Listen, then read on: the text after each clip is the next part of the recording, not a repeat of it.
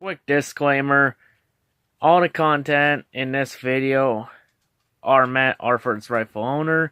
No copyright infringement intended. I don't own shit. But yeah, enjoy the video. I just have to know one thing. Just one fucking thing. What the fuck are we doing? It's killing me, baby. It's killing me.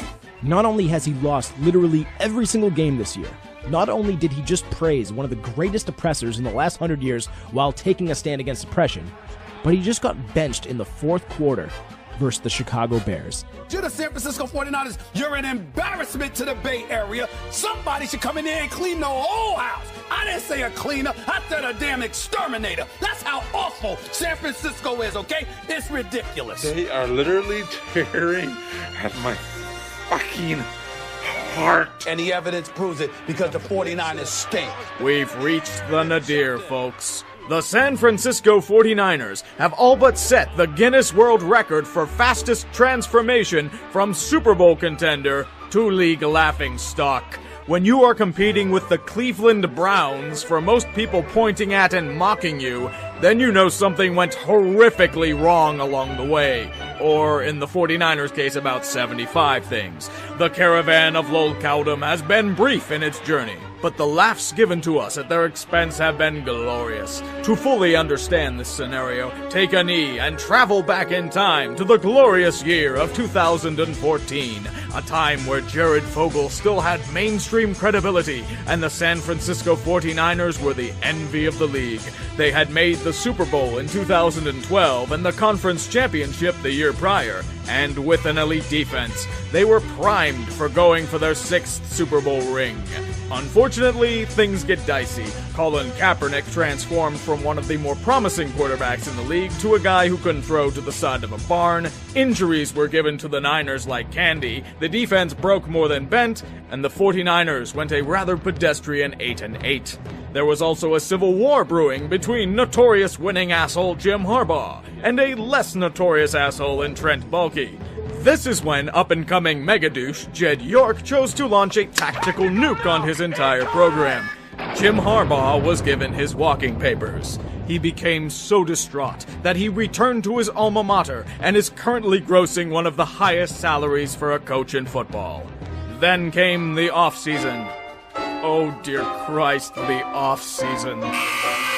Your star linebacker that was injured for most of the season? He retired in his prime. Your elder statesman on the D-line who was still producing at a solid rate? He also retired. Your starting right tackle in his prime? You guessed it, he retired. Who the fuck else is going to retire? The rookie linebacker who exceeded expectations and may start next season? Son of a... Your aging star running back is gone. Your talented yet underachieving top wide receiver is gone. The Pro Bowl guard? Yep, he's gone too.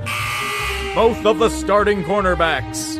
Do I even need to say it? I mean, you signed people. You signed Torrey Smith, a wide receiver whose main strength is go deep on a team with shitty quarterbacks. Your new head coach is the defensive line coach with no head coaching experience. Totally not a patsy. Look on the bright side. At least you have Aldon Smith. That dude is a beast. If he can keep clean, he'll be... God fucking damn it! The continued emergence of trust fund megadouche Jed York, ensuring decades of incompetence and poor management to come. Good God, that's at least 5 years worth of Cleveland-esque misery. To no one's surprise, the 49ers were awful at 5-11, and the aforementioned patsy was thrust upon the sword at the end of the season. Poor bastard.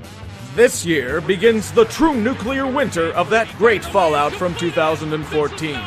13 straight losses, the only offense to speak of is from Carlos Hyde, and the defense is about as stout as the Maginot Line. What makes it even better are that the 49ers are probably playing in what could quite possibly be a stadium for LOLcows. It's so fitting. What better way to reward the majority of your fans than by moving your team 40 miles away to a suburb called Santa Clara, pilfer your season ticket holders and taxpayers for a stadium and personal seat licenses, and hail your stadium as a technological wonderland. Yet nobody can get on the goddamn Wi-Fi. And there's that whole thing about the shitty field conditions. What better way to grace this field than with a team led by burgeoning LOLcow Colin Kaepernick, who was apparently visited by three spirits in the offseason and decided to be woke, rambling on about minorities and Fidel Castro. As a man who's making over $12 million and was raised by white people in Wisconsin. Even funnier is walking Pillsbury doughboy Chip Kelly, who was the head coach of this team of misfits. It's as if Jed York looked at his allegations of racism, megalomania, and complete incompetence as a coach of Philadelphia and had an epiphany on the toilet, which is, unsurprisingly, where the reputation of this team has gone. It's sad because I have a soft spot for the Niners. Steve Young was one of my favorite players growing up, and their dynasty in the 1980s is revered in the halls of football lore. All they can hope for is for the Megadouche to be visited by three spirits, and he suddenly becomes much less of an asshole.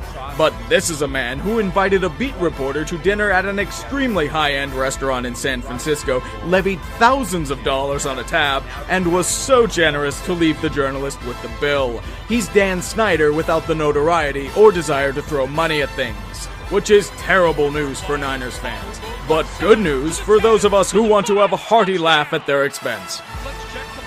Poor bastards. What are they fucking doing?